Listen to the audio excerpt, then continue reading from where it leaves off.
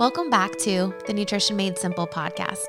At Healthy Steps Nutrition, we believe something as fundamental as nutrition shouldn't be complicated, which is why we focus on a simple, habit-based approach when working with clients. I'm your host, Nicole Aucoin, registered dietitian and founder of Healthy Steps Nutrition, CrossFit HSN, and HSN Mentoring. I'm also the author of the Healthy Kids Cookbook, 100% kid-approved recipes the entire family will love. You can find it on Amazon. In this podcast, we will be teaching you how to take one step at a time to becoming the healthiest version of yourself. Today, I'm so excited to be joined by Dr. Naidoo. She is an author, a psychiatrist, and a culinary chef. She has been referred to as a triple threat, being able to understand the connection between your brain health, gut, and the food that you eat. Before we dive in, I want to mention one thing. Today's podcast is not intended to treat or take place of medical care. It is intended to open the door to conversations about mental health and what we eat. Let's talk about the problem. The CDC released in June of 2020 a report from people who have filled out this survey. 31% of people reported symptoms of anxiety or depression. 11% of people reported having serious thoughts of suicide in the past 30 days. We've been talking about the health implications about COVID, but we're not talking about the mental health implications that are affecting so many. According to a report by Express Scripts, prescriptions of anti-anxiety medications rose by 34.1% in the period between February and March of 2020. That is crazy. People around the world are struggling with these issues. It's not just in the US, it's everywhere. And we're seeing a trend with our nutrition clients, which is why I thought it was so important to bring Dr. Naidoo on the podcast. As I mentioned, she is a Harvard-trained psychiatrist. She's a professional chef and nutrition specialist. Her niche is nutrition psychiatry. In this podcast, we're going to be talking about trends with mental health during and post-COVID, the link between food, mental health, and gut health, depression and food, anxiety and food, and supplements that you should consider. At the end of this episode, I'm going to give you one actionable step to help you improve your mental health with food. We will get to this episode right after this message. Do you know someone who's struggling with mental health issues? 1 out of every 3 of us, according to that CDC study, are struggling. I would love for you to share this podcast with your friends, family, and even on social media. Take a screenshot and don't forget to tag at Healthy Steps Nutrition. Also, please don't forget to subscribe to this podcast so you don't miss another episode again. Enjoy this podcast on food, anxiety, and depression. Dr. Naidoo, thank you so much for taking the time to come on the Nutrition Made Simple podcast. Thanks so much, Nicole. I'm really excited to talk to you. I have to tell you, it was an interesting way that I found out about you in this amazing book that you wrote last year. CrossFit sends out emails of the day, and your book was featured at the top of it, and it's all about mental health and nutrition and gut health. And I was like, man, this is super interesting. I have to read it. And since then, we've been able to use some of the things that you've talked about and be able to recommend this book to so many people. And I thought, you know what? We have to get this message out to more people. I need you to come on the podcast. So thank you. Thank you so much. I want to dive in if that's okay. Of course. Thank you. So you wrote this book talking about mental health and the food and our gut health. The problem is most people do not connect the dots between what they eat and how they feel, let alone how it's affecting their mental health. Absolutely. You know, the missing conversation in the room has been that we talk to our doctors about a family history of type 2 diabetes or weight gain during COVID, but no one is actually bringing the brain into the room. And it's really the most important organ, I would argue, because it controls everything else. And so I feel like not only is mental health somewhat stigmatized, but it's not part of a conversation we're having with our doctors. And we're also not talking about the impact of how we feel after we eat something and connecting that back to our brain health. And what I mean by that is people will often comment at work or after lunch or before meal that, they have a headache. They feeling like they have brain fog, or they're feeling like they want to fall over and take a nap. Whatever it might be, it's making that connection for people, which I think is hugely important in the here and now. Absolutely. And I think what we're seeing with our nutrition clients, and not just our nutrition clients at our HQ location, but around the world, there's trends with increased amounts of people struggling with mental health right now.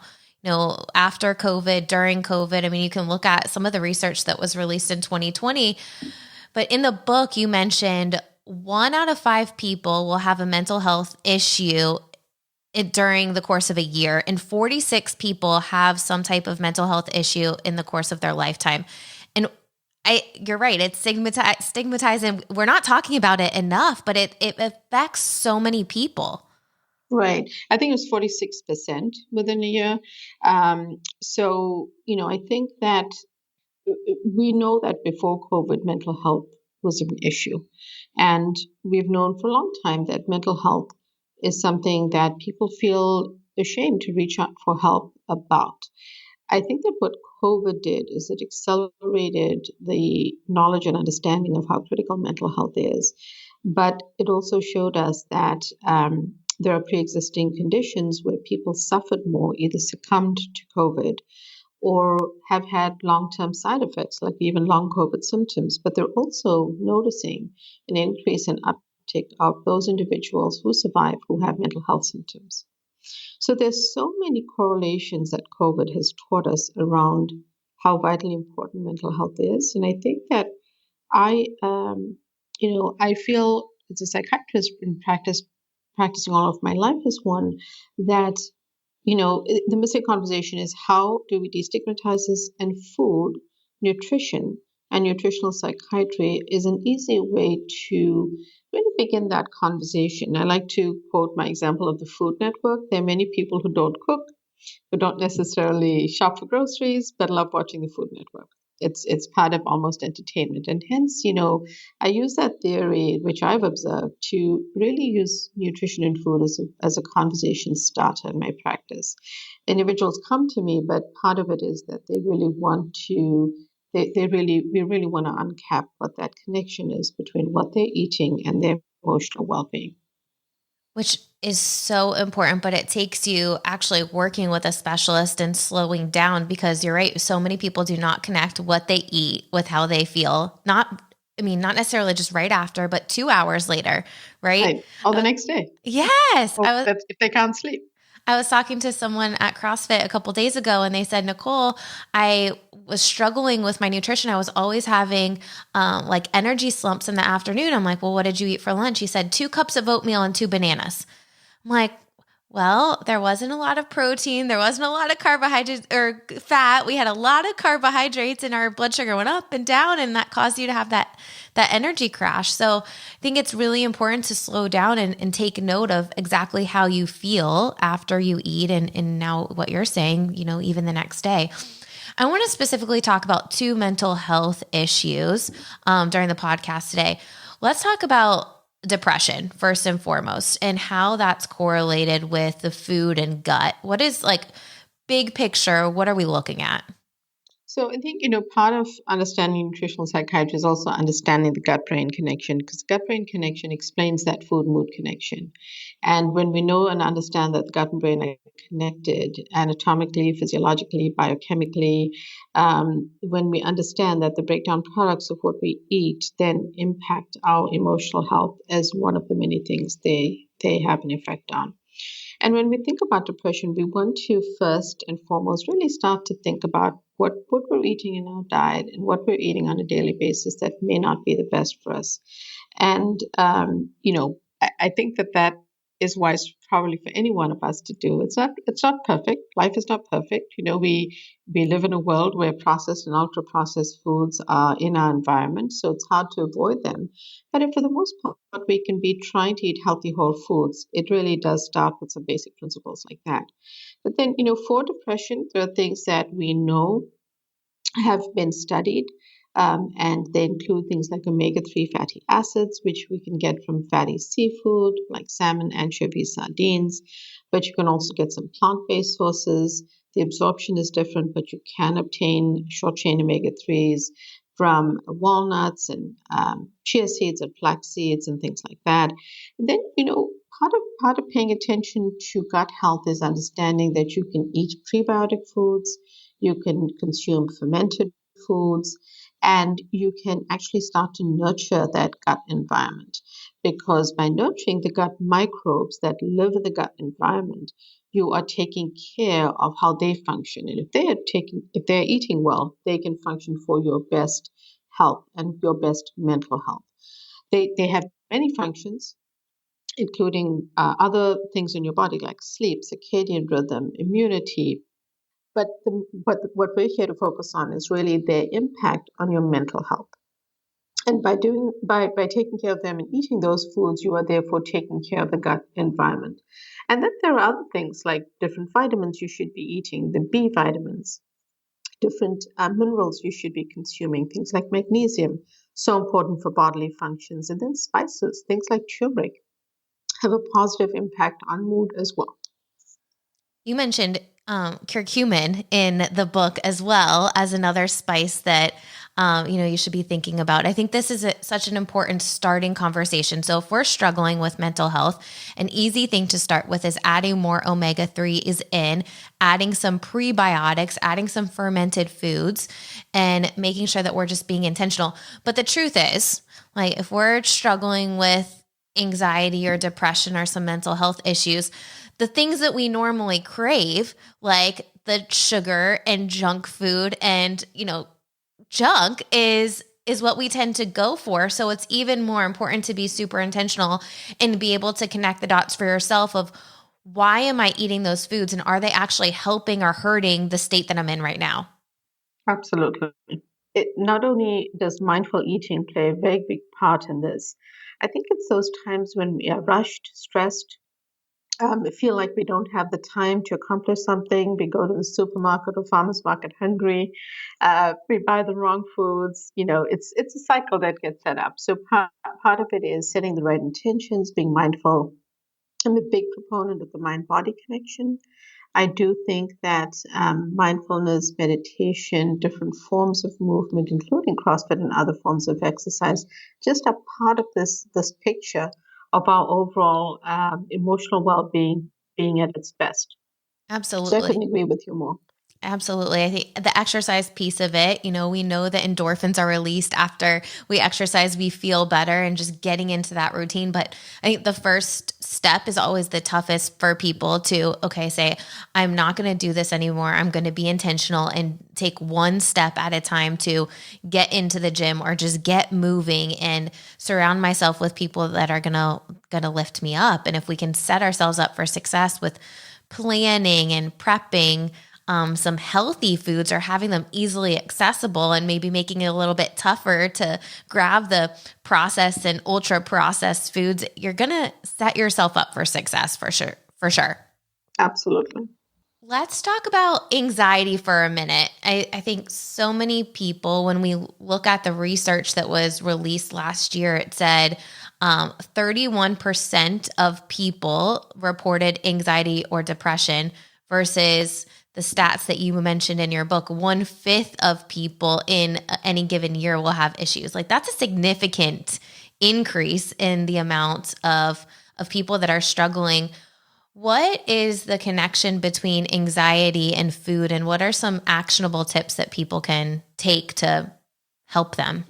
Absolutely. So, speaking about the statistics, COVID has definitely changed things, and things are on the increase. In spring of 2020, Express Scripts did a survey and showed that there were significantly higher new prescriptions for anxiety, depression, and insomnia. And then by June of 2020, Zoloft, one of the most prescribed medications in mental health, went on shortage. That was really honestly the first time in my career that's ever happened.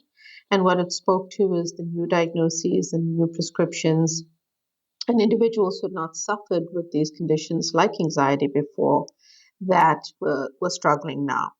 And then the CDC released some statistics in June of 2020, which were very concerning, that 11% of Americans had considered suicide during the pandemic. So it was very scary to see all of this unfold. Where we're at now is, things things are different in our lives, but that stress factor still persists in different forms, whether it's about whether we should wear a mask or not, whether it's about returning to school and what our children are going through. So many different things, whether some companies are remaining hybrid or returning to work. So, one of the things and one of the ways to think about this, I feel, is again, let's examine what we're eating and let's look at the offending foods that we can start to limit or cut back on. Sometimes it's impossible to avoid a food completely, but if we're aware of them, and the top of the list are those added and refined sugars, which are very often in refined in savory foods that we don't realize, like ketchup or pasta sauce that we buy, salad dressings that we don't realize. So cleaning that up and realizing that maybe making some slightly better choices, some options that would be different. Then processed vegetable oils. If you are mostly consuming a fast food diet or eating out a lot of the time, you might in fact be consuming a lot of processed vegetable oils, which are pro-inflammatory and set up for inflammation in the gut. And that's something to be aware of all the time. Another category is artificial sweetness. People may feel that they're trying to cut back on the sugars that we mentioned, so they go to foods and drinks and beverages that contain artificial sweeteners, and unfortunately those drive and worsen anxiety. So it's just something to think about if you're in that situation. Another category is the processed and ultra processed sort of junk foods that we mentioned. Sometimes very hard to avoid, but being aware, uh, being aware of the, sort of being mindful about the colorants, dyes, stabilizers, preservatives that are contained in those foods can be important for our mental well-being. And then it's things like trans fats that are not helpful at all for conditions like anxiety. So those are some to consider. Having awareness that coffee or alcohol, if you are suffering with anxiety, can be problematic. And some studies have shown that gluten can be problematic when you have anxiety. There's a lot of vitamins and vitamin deficiencies also when we're talking about relating to anxiety. I mean, you just listed a lot of things here, like, refined carbohydrates and refined sugars, artificial sweeteners. I think that's an eye-opening one for a lot of people. They don't realize that even though it has 0 calories, that doesn't necessarily mean that it's healthy for you. And marketing companies do such a good job making people think that they're ultra processed packaged foods are healthy because it says whole grains on it, but you don't look over at the back and it's loaded with sugar. My husband and I got some energy balls. We have a recipe that we make from scratch, but he had bought this energy ball recipe recently, and it's high protein and it has all these amazing things on the front. But then you look at the directions on the back and it called for 1/3 of a cup of honey. I'm like, okay, we're going to be adding so much sugar into this recipe right now. Like, we're not going to do it. I was like, let's cut the honey completely. Let's add applesauce instead. And let's just see how unsweetened applesauce. Let's see how it tastes. It tasted great. And we cut the sugar by 2/3 by just doing that one thing. And there you go. I think it's so important when you are wanting to focus on this that you really take the time to read nutrition facts labels and see what you're actually eating, because most people don't look at that stuff. They don't see the ingredients list to realize that the whole grain listed on the front are a great source of vitamin C. It might be a good source, but there's also a lot of other things in these packaged foods that might not be helping you reach the goals that you're looking to achieve. Yeah, absolutely. So I want to talk about vitamin D for 1 second. There was some research that came out recently talking about people that were hospitalized with COVID, and 82% of them had a vitamin D deficiency. It's like 40% of the US population has vitamin D deficiencies. And you had mentioned vitamin D deficiencies in the book related to mood and anxiety. And, we can get it by going outside, but we're going into the winter here in the US. What are your thoughts on supplementation to get some of these vitamins in that people might be deficient in? Absolutely. So, since we don't lead a perfect life and since our nutrition is not perfect despite our best efforts, reality will guide us to the fact that there are certain nutritional gaps where we need to supplement. In the far northeast where I live, many people may be deficient in vitamin D. I'm a very big proponent of test, don't guess. So let's not just supplement without checking and speaking to our doctors first. But vitamin D is very important, and I think that if it's getting enough sunshine, yes, a certain amount of sunshine every day will provide most of your vitamin D up to about 80%. But the truth is that we may not be getting enough from food, and it may be an option to speak to your doctor about supplementing that because it's been shown to be helpful with both depression and anxiety. So it's definitely a good vitamin to keep on your radar and to discuss with your doctor. I love it. Definitely. Everyone needs an individualized approach. So we need to Mhm. look at vitamin levels, which a lot of times when we get our normal blood work, we're testing A1C, cholesterol, your blood sugar, but not necessarily the full vitamin panel to see what you're deficient in. So, many people might be deficient and they don't even realize it.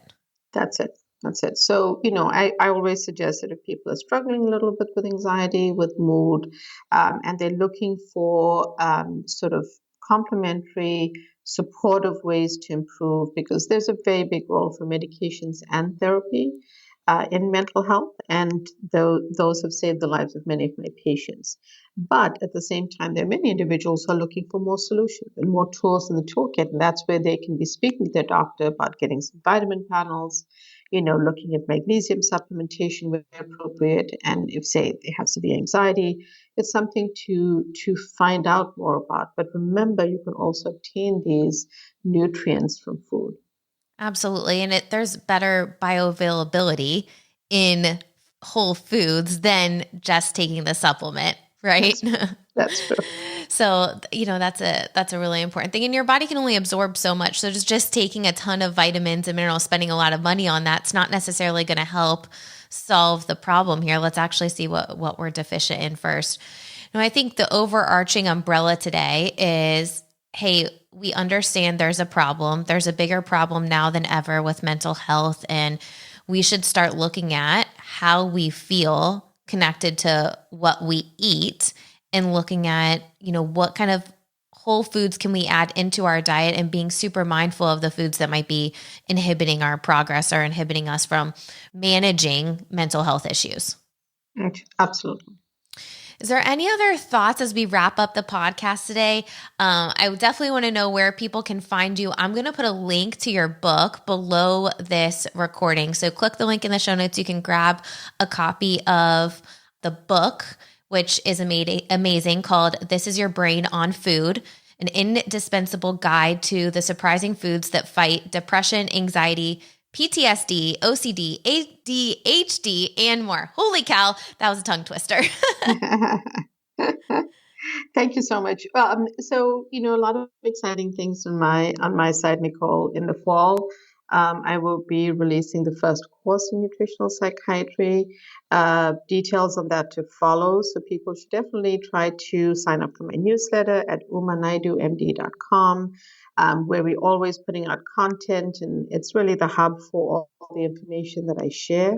And you will get the updates there. But you can also follow me on social media at DRUMANAIDOO. And, think about supporting your local bookstore and picking up a copy of my book. It certainly will help you if you care about nutrition and you care about your physical and mental well-being. It's an easy read to get you started, and really intended to be a guide. I love it. And for the people that have the Audible version, like I listen to all the Audible, you have this amazing downloadable guide. I actually have some of the pages sitting right in front of me right now for those people that are using the Audible version. Right. I think the I know that it has to be Audible, though. It's not all ebooks. So that PDF actually comes with, I've definitely heard from people, and that's unfortunately not within my control, but so it's definitely the Audible version is how it was sent out by the publisher. So, but if you in the book you get what you're referring to, Nicole, is chapter 11, and chapter 11 is in the book if you're not doing the Audible. Awesome. Thank you again so much for taking the time to come on this podcast today. Your message needs to be heard. There has to be a bigger connection for food and mental health to help support people to live their best lives. So thank you for all that you do. Thank you so much, Nicole. It's a pleasure speaking to you.